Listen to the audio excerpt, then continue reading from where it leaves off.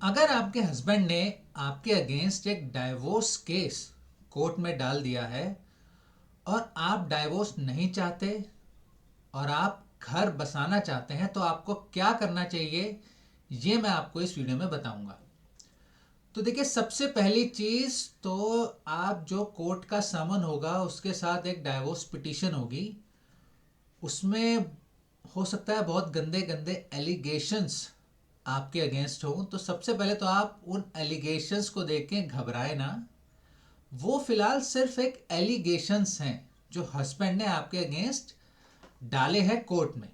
Court ने उन allegations पे कुछ डिसाइड नहीं किया है। तो ये तो हो गई पहली बात।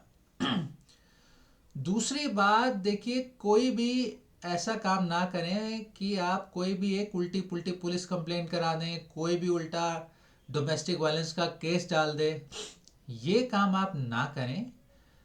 बहुत सारे लोग आपको समझाएंगे कि जब आप ये सब काम करेंगे तो हो सकता है हस्बैंड प्रेशर में आके डाइवोर्स केस वापस ले लें। लेकिन मैं इसको नहीं मानता हूँ। मेरे हिसाब से अगर आपका पर्पस घर बसाना है तो आपको ऐसी पुलिस कंप्लेंट्स या डोमेस्टिक वायलेंस के केस नहीं करने चाहिए। क्योंकि आप किसी के सर पे तलवार रख के तो घर नहीं बसा पाएंगे अपना। ठीक है।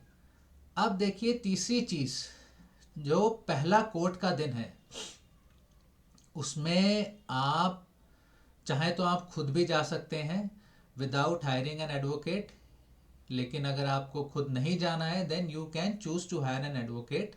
लेकिन पहले दिन कोर्ट में आपको कोर्ट से सिर्फ ये रिक्वेस्ट करनी है कि आपका केस मीडिएशन में रेफर कर दें। उसके बाद मीडिएशन के सेशंस होंगे।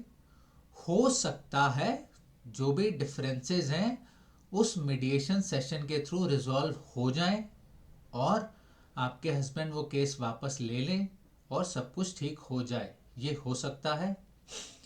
लेकिन अगर ऐसा नहीं हुआ तो अब आपको क्या करना है, चौथी चीज, अब आपको तो डेफिनेटली एक एडवोकेट हायर करना पड़ेगा। ठीक है।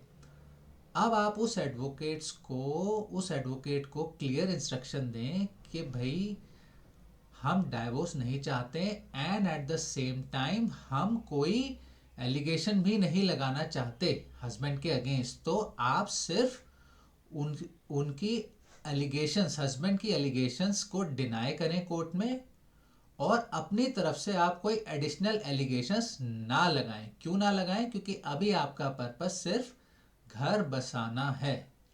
ठीक है, ये हो गया। अब इसके बाद आपको क्या करना चाहिए, पैरेलली एक तो आपका कोर्ट केस चल ही रहा है, उसके साथ आपको एक प्रोफेशनल मैरिज काउंसलर को अप्रोच करना चाहिए। अब बहुत सारे लोग ऐसे सोचते हैं कि काउंसलर के पास तो तभी जाएं जब हस्बैंड भी जाने को तैयार हो। लेकिन नहीं, आप अकेले भी जा सकते हैं। काउंसलर आपको समझाएगा। हो सकता है, देखिए, जब आप अपना केस काउंसलर के साथ डिस्कस करेंगे तो हो सकता है कुछ गलतियां आपके अंदर भी निकल के आए। तो आप अकेले काउंसलर के पास जाएं, उनसे डिस्कस करें। हो सकता है कुछ सॉल्यूशन निकल आए।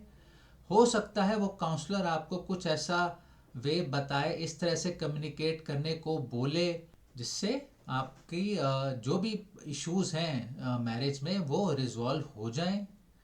तो देखिए, यही कुछ चीज़ें हैं जो कि आप कर सकते हैं। अब कोई गारंटी नहीं है कि ये सब चीज़ें करने से आपका घर बस जाएगा। लेकिन ये है कि कम से कम ये हो जाएगा कि आपने अपनी तरफ से जो एफर्ट्स आप कर सकते थे वो आपने की।